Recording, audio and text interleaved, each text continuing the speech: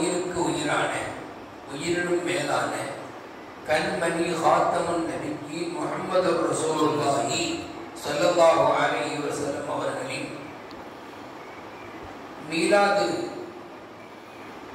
விழாவுடைய அந்த நாட்கள், ரபியுல் அவ்வலுடைய மாதம் நம்மை நோக்கி ஓரிரு நாட்களில் வர இருப்பதால் நாம் நமது நாயகம் ஸல்லல்லாஹு அலைஹி வஸல்லம் அவர்களை குறித்து ஏறத்தாழ இன்ஷா அல்லாஹ் தஆலா இந்த மாதம் முழுவதும் அறிவதற்கான பல செய்திகள் நமக்கு இருக்கிறது. அருமை நாயகம் ஸல்லல்லாஹு அலைஹி வஸல்லம் பற்றி வரலாறுகளை எழுதியவர்கள் எழுதிக்கொண்டே இருக்கிறார்கள். எழுதும் பொழுதும் அவர்கள் சளைக்கவில்லை.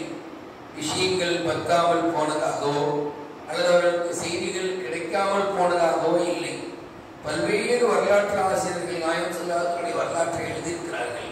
ஆனால் அவர்கள் யாரும் அதிலே எந்த விதமான ஒரு மிகைப்படுத்தியோ இல்லாததை எழுதியோ இருப்பதை இங்கும் அங்குமாக குறைத்தோ எழுதாமல் மிகச் சரியாக இந்த உலகத்திலேயே ஒரு தலைவரின் வாழ்க்கை எல்லா பகுதிகளிலும் அரசப்பட்டுள்ளது, எல்லா கோணங்களிலும் பார்க்கப்பட்டுள்ளது என்று சொன்னால் அது நமது நாயகம் ஸல்லல்லாஹு அலைஹி வஸல்லம் அவர்களின் வரலாறு மட்டும்தான்.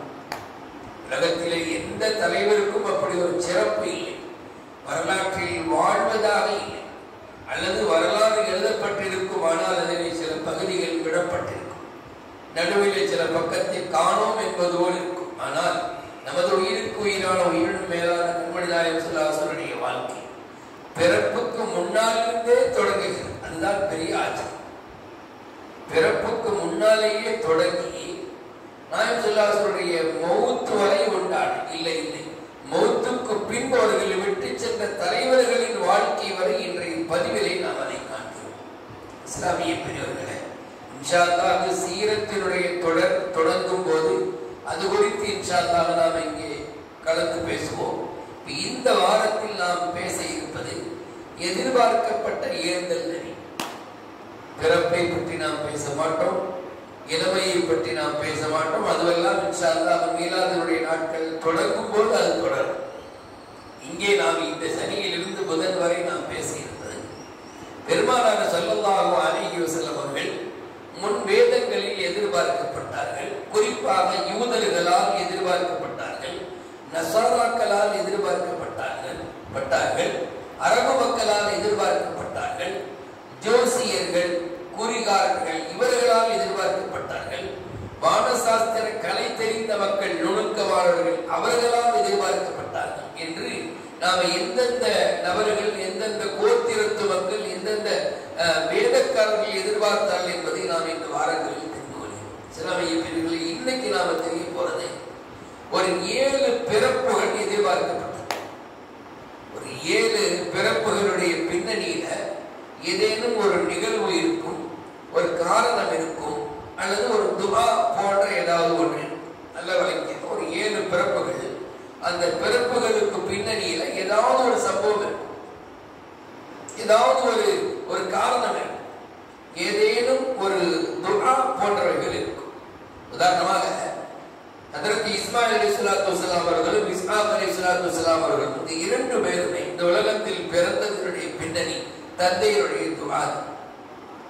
அவருடைய தந்தை அந்த ஒரு அபரிமிதமான வயதை கடந்து, குழந்தை பிறப்பதற்கு நாம என்ன வயதை நமக்குள் நிர்ணயித்து வைத்திருக்கிறோமோ அந்த வயதையெல்லாம் கடந்து 100 வயதிற்கு மேற்பட்டு அவர் வாழும்போது, முந்தைய காலத்து மக்கள் எல்லாம் 100 வயதிற்கு மேற்பட்டு வாழ்ந்திருக்கிறார்கள். 200, 300 என்றெல்லாம் வயது பெற்று வாழ்ந்திருக்கிறார்கள். இன்னும் நூஹ் அலைஹிஸ்ஸலாத்து வஸலாம் அவர்கள் 1000 வருஷம் வரை வாழ்ந்திருக்கிறார்கள். அது வேறு. அதிலே ஹஜ்ரத் இப்ராஹிம் அலைஹிஸ்ஸலாத்து வஸலாம் அவர்கள் 100 வயதிற்கு பின்பு ரப்பிடத்திலே முதல் குழந்தையை கேட்கிறார்கள். அல்லாஹ் முதல் குழந்தையை கொடுத்தான். ஹாஜரா அம்மாவின் மூலமாக இஸ்மாயில் அலைஹிஸ்ஸலாத்தை கொடுத்தான்.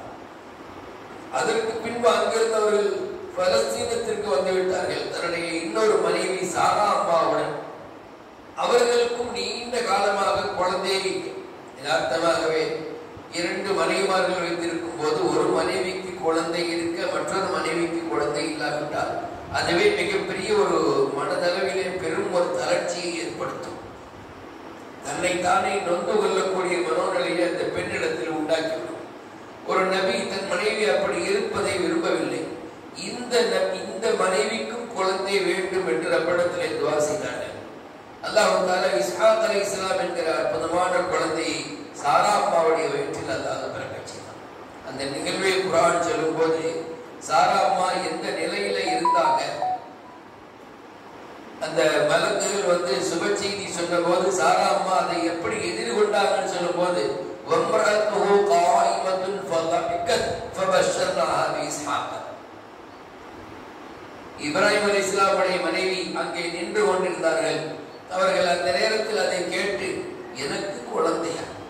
சான்ஸே இல்லை, நானுமோ எவ்வளவு பெரிய மலடியாக இருக்கிறேன், எவ்வளவு காலமாக குழந்தை இல்லாமல் இருக்கிறேன், எனக்கு இனிமேல், அதாவது கிட்டத்தட்ட அவர்கள் அந்த மென்சஸ் பீரியடில் இருந்து ரிட்டைல் ஆகிவிட்ட ஒரு ஏஜ், கடந்து விட்ட வயதிலே மலக்குகள் சுப செய்தி சொல்றாங்க, உங்களுக்கு இஸ்ஹாக் ஒரு புள்ள பிறக்கும், அதுவும் இந்த மனைவியின் மூலமாக பிறக்கும். அவங்க அதை எதிர்பார்க்கவே இல்லை. ஆனால் அல்லாஹ் தஆலா எதிர்பார்த்து சொல்கிறான் விஷயம், இது போல உங்களுக்கு குழந்தை பிறக்கும்.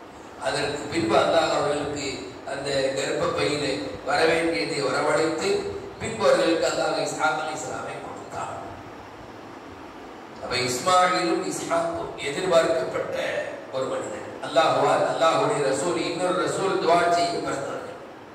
அதற்கு அடுத்தபடியாக ஹஜ்ரத் யஹ்யா அலைஹிஸ்ஸலாத்து வஸ்ஸலாம், இதே போலதான் சக்கரியா அலைஹிஸ்ஸலாம் அவருடைய தந்தை சக்கரியா அலைஹிஸ்ஸலாம் அவர்கள் மரியம் அலைஹிஸ்ஸலாமை வளர்க்கிற பொறுப்பை எடுத்து பைத்துல் முகத்தஸில் அந்த பெண்மணி அவர்கள், அந்த மரியம் அம்மா அவர்கள் இருக்கிற போது விதவிதமான பழங்கள், விதவிதமான ரிஸ்குகள், அந்த சீசனே இல்லாத பழங்கள் எல்லாம் அவர்களுக்கு முன்னால் வைக்கப்பட்டிருக்கிற போது இவங்க கேட்கிறாங்க, அண்ணா லக்கி ஹாதா, சகோதரியே உனக்கு இது எப்படி கிடைத்ததுன்னு கேட்டாங்க. அந்த அம்மா சொன்னாங்க, இது அல்லாஹ்வுடைய புறத்திலிருந்து வந்துச்சு, இப்படி எல்லாம் கூட அல்லாஹ் தஆலா உதவி செய்வானாக, எனக்கு இப்படி ஒரு குழந்தை இருக்கு, அந்த குழந்தைக்கும் அல்லாஹ் தஆலா பாக்கியங்களை தந்தால் எவ்வளவு நன்றாக இருக்கும் என்று அதற்கு பின்பு ஹுனாலிக தஆ ஜக்கரியா ரப்பஹு, அந்த இடத்தில் தான் ஜக்கரியா அலைஹிஸ்ஸலாம் தன்னுடைய ரப்பை அழைத்த, ரப்பை அதற்கு குழந்தையை கொடு என்று கேட்டார். அதுவரைக்கும் அவருக்கும் குழந்தை இல்லை, அவருக்கும் ஏஜ் நல்ல பாரான ஒரு ஏஜ். அல்லாஹ் தஆலா யஹ்யா அலைஹிஸ்ஸலாமை கொடுத்தான், பெயரையும் அவனே குறிப்பிட்டு சொன்னான், இப்படித்தான் உங்களுக்கு குழந்தை பிறக்கும், ஆண் குழந்தை, அதனுடைய பெயர் யஹ்யா, இஸ்முஹு யஹ்யா என்று அல்லாஹ் தஆலா பெயரோடு குழந்தையினுடைய செய்தியை சொன்னான். இது மூன்றாவது. நான்காவதாக மூசா அலைஹிஸ்ஸலாத்து வஸ்ஸலாம் அவர்களுடைய பிறப்பும் எதிர்பார்க்கப்பட்ட பிறப்பு. எப்படி ஃபிர்அவுனுடைய அந்த கொட்டம், ஃபிர்அவுனுடைய அந்த மிகப்பெரிய ஒரு கொடூரமான ஒரு வேலைகள் அது அழிக்கப்பட வேண்டும். அதற்கு அல்லாஹ்வால் அனுப்பப்படுவதற்கு ஒரு நபி அந்த பகுதியிலே, அதாவது கிட்டத்தட்ட ஒருவர் கனவு கண்டு ஆண் குழந்தைகள் எல்லாம் அங்கே வெட்டப்படுகிறார்கள், கொல்லப்படுகிறார்கள். அதிலே அதற்கு பின்பு யாரும் சேரக்கூடாது, கணவன் மனைவி இருவரும் சேரக்கூடாது என்கிற திட்டங்கள் எல்லாம் போடப்பட்டு அந்த திட்ட குழுவுக்கு யார் தலைவராக நியமிக்கப்பட்டார்கள்? மூசா அலைஹிஸ்ஸலாமுடைய தகப்பனார் இம்ரான் அவருடைய பெயர். இம்ரான் தான் அதற்கான தலைவராக பொறுப்பெடுக்கப்பட்டார். அதற்கு பின்பு அவர்களும் அவருடைய துணைவியாரும் இணைந்து அல்லாஹ் தஆலா மூசா அலைஹிஸ்ஸலாமை பிறக்கச் செய்தான். இவங்க ஏன் எதிர்பார்க்கப்பட்டாங்கன்னா ஃபிர்அவுனுடைய அட்டூழியம் அழிக்கப்பட வேண்டும். மூசா அலைஹிஸ்ஸலாமுடைய பிறப்பு அந்த வகையில் எதிர்பார்க்கப்பட்டது. அதே போல ஈசா அலைஹிஸ்ஸலாமுடைய பிறப்பு அடுத்ததாக, ஈசா அலைஹிஸ்ஸலாமுடைய பிறப்பும் அப்படித்தான் அல்லாஹ்வுடைய அத்தாட்சியாக எதிர்பார்க்கப்படுகிறது. அல்லாஹ் தஆலாவுடைய அத்தாட்சி, அதாவது தந்தையே இல்லாமல், ஆணுடைய சீர்கள் இல்லாமல் அல்லாஹ் ரப்பல் ஆலமீன் ஹஜ்ரத் ஈசா அலைஹிஸ்ஸலாம் அவர்களை மரியம் அம்மாவுடைய அந்த வயிற்றில் அல்லாஹ் உண்டாக்கி பிறக்கச் செய்தார். எதுவும் எதிர்பார்க்கப்பட்ட ஒன்று. அதே போல முன்னொரு காலத்தில் வாழ்ந்த சமூது கூட்டத்தார், அவர்கள் தன்னுடைய நபியிடத்தில் உங்களுடைய நபித்துவத்தின் அடையாளமாக இந்த பாறாங்கள், இந்த பெரிய மலை இரண்டாக உடைய வேண்டும், அதிலிருந்து பெண் ஒட்டகை வெளியில் வர வேண்டும், அதுவும் நிறைமாத கர்ப்பிணியாக வர வேண்டும், வந்ததும் அது கொட்டியை ஈன்றெடுக்க வேண்டும், இப்படி நீங்க செஞ்சு காட்டுனா நாங்கள் உங்க நபியை ஒட்டுக்கிறோம். இப்படி எல்லாம் பல தடவை கேட்டுக்கிறாங்க. பல நபிமார்களிடத்தில் அவருடைய உம்மத்துகள் பல்வேறு வகையான அத்தாட்சிகளை, ஆதாரங்களை கேட்டுக்கிறாங்க. அதுல சமூக கூட்டத்தார் பெரிய அதிபுத்திசாலிகள். அவங்க வித்தியாசமா கேட்ட நபியை மடக்கலாம், நபியால இதெல்லாம் கொண்டு வர முடியாது, எல்லாம் கொண்டு வர முடியாது. வேற ஏதாவது ஒன்று பண்ண முடியும்னு வச்சுக்கோங்களேன். இது ஒரு பாறாங்கல்ல இருந்து எப்படி ஒட்டகை வரும்? ஒட்டகத்திலிருந்து ஒட்டகை வரலாம். ஆனால் பாறாங்கல் பிளந்து அதிலிருந்து ஒட்டகை வருவது என்பது எப்படி சாத்தியம் அப்படின்னு நினைச்சது நபி இடத்துல கேட்டாங்க. நபி அவர்கள் அல்லாஹ்விடத்துல துவா செஞ்சாங்க.